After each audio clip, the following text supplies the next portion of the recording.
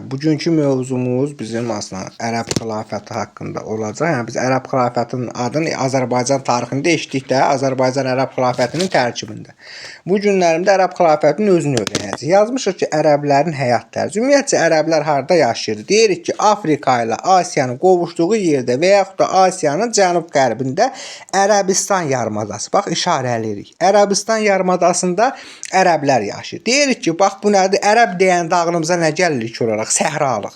Yəni oranın da çox hissəsi səhralıqdan ibarətdir. Ümumiyyətcə Ərəbistan yarımadasının müəyyən yerləri var ki, ora biraz yağıntı alır deyə, orada əkinçilik üçün şərait var. Məsələn, az hissəsi cənubdadır. Bir miqdarı bax bu şərq ərazisindədir, eyni zamanda qərb ərazisində bəzi yerlər var ki, yağıntı alır deyə orada əkinçilik var. Amma mərkəz hissədir, eyni zamanda şimal hissədir. Bura nədir? Bura əsasən quru ərazilərdir. Yəni ora əkinçi, yağıntılıq almır deyə orada əsas iş nə olacaq? Heç nə də köçəli maldarlıq olacaq. Məsələn, kim yaşayırdı mərkəzi, şimali Ərəbistanda? Deyir ki, bədəvilər yaşayırdı. Onlar nə idi? Əhalinin əksəriyyətini təşkil edirdi. Köçəli maldarlıqla məşğul oldu, dəvə saxlayırdılar. Dəvəni də nə adlandırırdılar? Səhra gəmisi adlandırırdılar. Aydın oldu mu? Bəli, bir də var nə? Bax, burada məşhur 2 dənə şəhər var idi. Biri Mədinə şəhəridir, bax burada. Biri də Məkkə şəhəridir. Bax, bu 2 şəhər deyirik, əsasən ticarət mərkəzləridir və bir-biri ilə də rəqabətdə idi. Mədinə ilə Məkkəni, Mədinənin əvvəlki adı Yəsrib şəhəri olur. Sonradan Məhəmməd Peyğəmbərə görə Peyğəmbər şəhəri, Mədinə adlandırılır. Deməli, bu Məkkə ilə Mədinə bir-biri ilə ticarət uğrunda mübarizə aparır. Və əsasən də biz burada Məkkənin adını çəkməliyik ki, deyir ki, Məkkədə kimlər yaşayırdı əsasən? Qureyşilər tayfası yaşayırdı. Ərəblərin əsas ticarət və dini mərkəzi idi. Çünki əhalinin əksəriyyəti nə idi həmin dövrdə? İslam dini yayılmamışdı axı. Əhalinin əksəriyyəti bütpərəst idi. Hər tayfanın özünün bütü var idi ki, həmin bütlərin də hamısı Kəbədə yığılmışdı. Kəbə bizim müqəddəs yerimizdir, amma həmin dövrdə Kəbə kimlərin əlində idi? Bütpərəstlərin əlində idi və çoxlu bütlər yığılmışdı ora. Aydın oldu. Məkkə, Mədinə haqqında danışdıq, bədəvilər haqqında danışdıq. 610 İslam dini. İslam dinindən danışmamışdan əvvəl görə İslam dini nə cür yarandı? Deyir ki, Məhəmməd Peyğəmbər tərəfindən yaradılıb. Məhəmməd Peyğəmbər özü 570-ci ildə Məkkədə anadan olur. Az yaşlı olanda anasını, atasını, övladlarını, valideynlərini itirir. Qohumlarının himayəsində böyüyür. Əsasən də ticarətlə məşğul olur.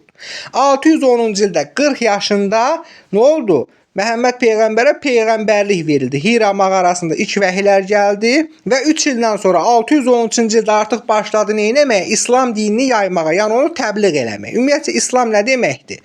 Allaha təslim olma, salamatlığa çatma mənalarını verir. O İslam dinini qəbul edən müsəlmanlar da Allaha təslim olmuş, salamatlığa çatmış mənasında işlədilir həmin müsəlman sözü. Aydın oldu. Bura yazmışıq nə?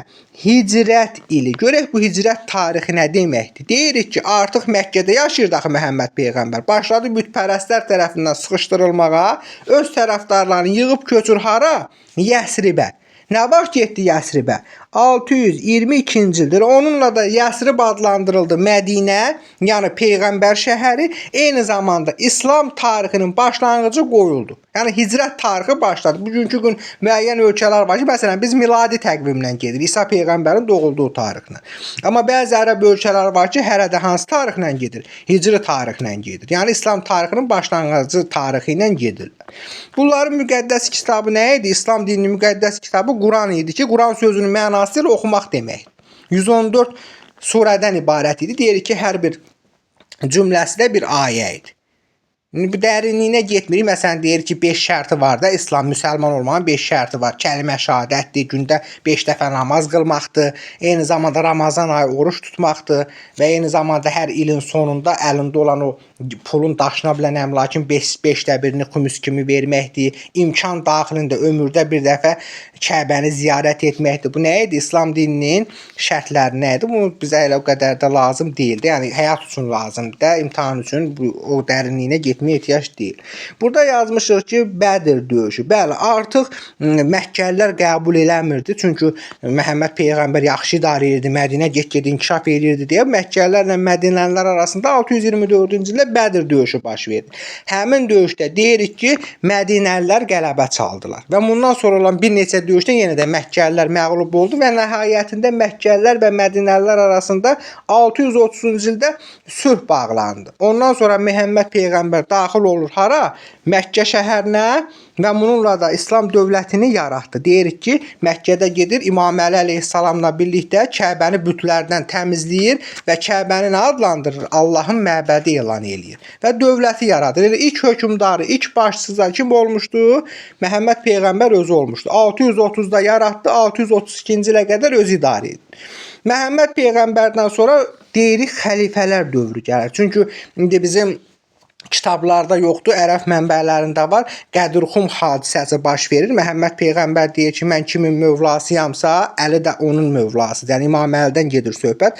Lakin baş verən müəyyən orada siyasi proseslər baş verir ki, ona görə İmam Əli hakimiyyəti ələ ala bilmir. Onun yerinə gəlir Əbu Bəkir, sonra Ömər, sonra Osman, sonra da İmam Əli gəlir 4-cü olaraq. Yəni 4 dənə xəlifənin dövrünü biz kitablarımızda Rəşidi xəlifələr dövrü adlandırırıq. Paytaxt hara olubdu?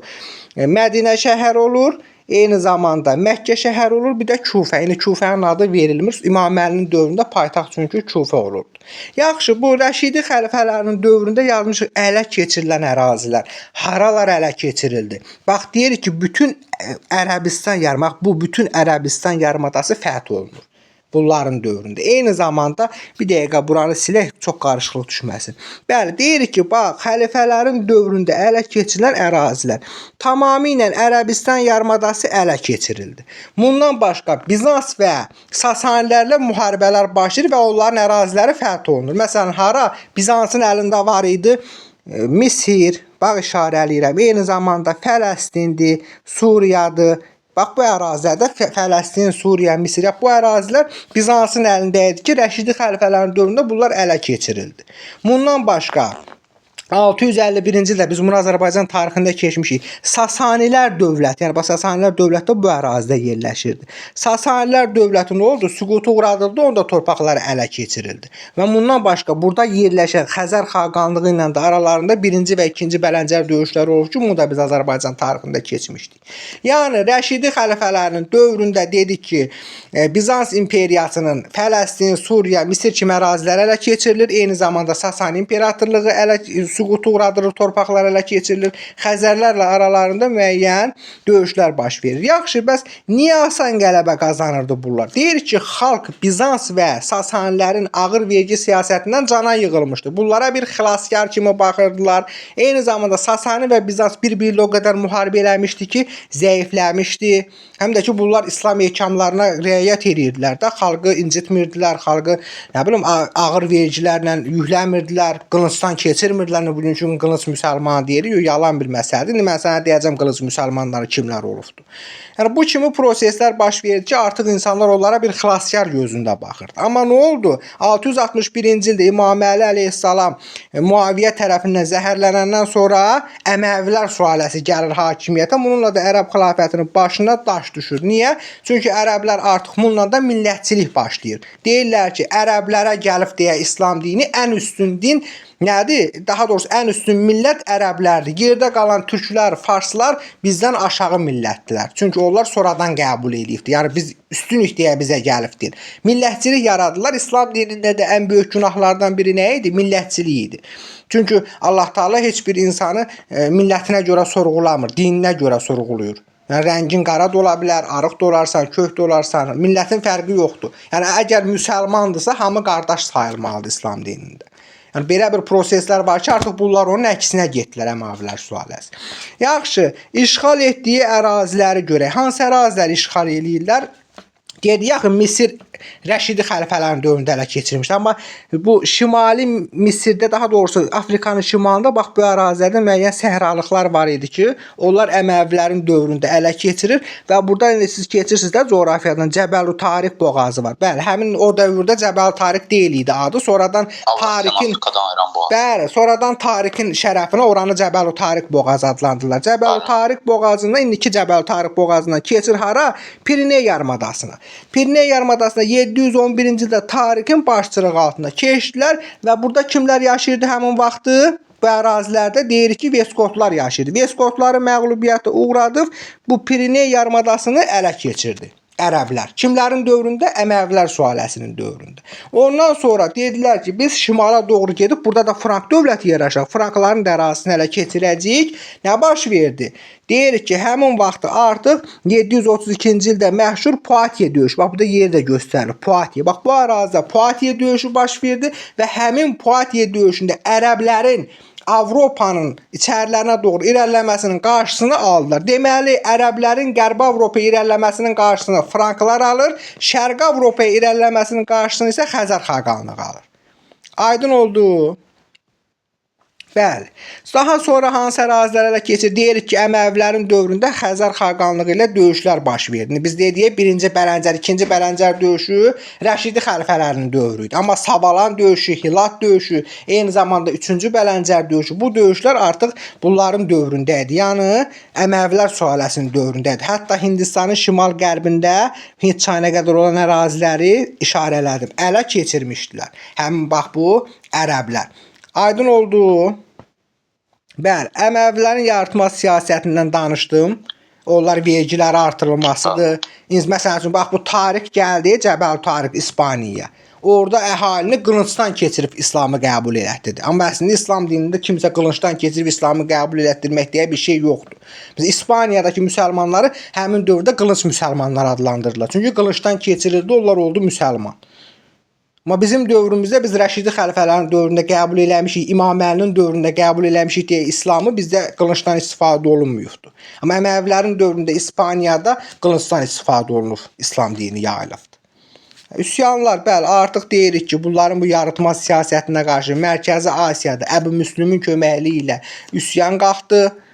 Eyni zamanda nədir onun adı? Azərbaycanda da Qəssab Müsafirin başçılığı altında üsyan qalxdı və bu üsyanlar nəyə gətirdi? Çıxartdı Əməvilərin sülaləsinin sonuna və ondan da qəddar olan Abbasilər sülaləsi gəldi hakimiyyətə 750-ci ildə. Lakin o qılınc müsəlmanları var idi, Əməvilər sülaləsini idarə elədiyi, bax bu Kordova əmirliyi. Kordova əmirliyi Abbasilərin hakimiyyətini qəbul eləmədi və 756-cı ildə nə yaratdı? Kordova xilafətini. Yəni bura ayrıldı. Bura xilafətdən ayrıldı. Deyirik artıq 8-ci əsrdə Ərəb xilafəti parçalanmağa başladı. Kordova xilafətinin bunlardan ayrılması ilə. Sonra görək bunların dövründə hansı hadisə baş verir? Deyirik ki, Talas vadisində döyüş oldu. Ərəblərlə Çinlər arasında Mərkəzi Asiyada. Ərəblər qalib gəlir, lakin daxillərində baş verən müəyyən proseslər bunların burada möhkəmlənməsinə imkan vermir və oranı gəlib Uyğurlar tutur. Aydın oldu. Hətta 762-ci ildə Bağdad şəhərinin əsasını qoydular. Bax, Bağdad indi İraq ərazisidir. Bağdad şəhərinin əsası qoyuldu və paytaxt Dəməşqdən, yəni Şamdan Bağdada köçürüldü. Elə bunların da siyasəti, yaratma siyasəti idi. Bunlar da artıq vergisini ödəyə bilməyənləri qula çevirirdilər. Bunlarda da xalqı incitdiyinə görə artıq üsyanlar baş verdi ki, biz bunu Azərbaycan tarixindən eşitmişik. Ən böyük üsyan hansı üsyan idi? 778-837-ci illəri əhatə eləyən Babək Xürrəmidinin başçılığı altında Xürrəmilər hərəkatı idi. Xürrəmilər hərəkatı düzdür ki, sonunda məğlub olur 837-ci ildə. Amma nəticəsiz qalmır da, deyirik, Ərəb xilafətini kökündən sarsıtdı həmin bax bu Xürrəmilər hərəkatı və başladı artıq 9-cu əsrdə tamamilə parçalanmağa. Misirdir, İrandır, Mərkəzi Asiyadır, Əfqanistan da, Azərbaycan da tamamilə dövlətdən ayrıldılar. 1055-ci ildə birinci Toğrul gəldi, buranın düzü süqutu uğratmır, asılı vəziyyətə saldı Abbasilər xilafətini. Amma 1258-ci ildə Hülakülər 3-cü yürüşü zamanı deyirik nə oldu? Tamamilə həmin bax bu Bağdad ələ keçirildi, xilafətdə süqutu uğradı. Çünki biz bildikdə Hülakü xan nə idi? Nifrət edirdi ərəblərə. Deyir ki, Allah ya məni yaradacaqdın ya da ərəbləri. Ona görə də onu elə 1258-ci ildə ərəblər süquta, daha doğrusu Monqolların yürüşü zamanı süquta uğradı ərəb xilafəti. Yaxşı, vergi növləri, demək olar ki, vergi növlərinin hamısını biz Azərbaycan tarixində eşitmişik. Xəracdır, torpaqdan istifadəyə görə alınırdı. Cizyə nə idi? Müsəlman olmayanlardan alınan can vergisi idi. Nəyə görə alırdılar onu? Deyirlər, qeyri-müsəlmanlar İslam ordusunda döyüşə bilməz. Ona görə bir növ elə bir qalxan puluya bənzəyir də o. Yəni ya müharibəyə getməyib pul verirsən, elə bir şeydir. Ya müharibədə iştirak eləmirsən, əvəzində can vergisi ödəyəcəksən. Sonra xümus var ki, xümus bugünkü gündə var, əslində müsəlmanlarda olmalıdır. Xümus nə idi? Daşına bilən əmlakdan alınan 1/5 vergisini. Məsələn, ilin sonunda əlində qalan pulun 1/5-ni xümus olaraq verməlisən. Zəkatdakı daşınmayan əmlakdan alınan 40/1 vergisi idi. Ərəblərin dövründə. Yəni indi bugünkü gündə var o vergilər. Əslində xümüsdür, zəkatdır. Müsəlman əgər müsəlmanıqsa verməliyik onlar. Sonra torpaq mülkiyyət formaları var. Nə idi? Dövlət var idi, deyir ki, dövlətə məxsus idi. Divan da deyirdilər bunu. Eyni zamanda icma var idi ki, kəndlilərin torpaqları idi. Vəqf var idi. Vəqf nədir? Biz Azərbaycan tarixində birlikdə dini idarələrə məxsus torpaqlardır. Mülk nə idi? Feodalların irsən keçən torpaqlardır. İqtada xidmətə görə verilən şərti torpaqlardır. Nəsildən nəslə keçmir. Yəni elə çətin mövzu deyil. İnanıram ki, bunu yaxşı şəkildə öyrənəcəksən. Oldu.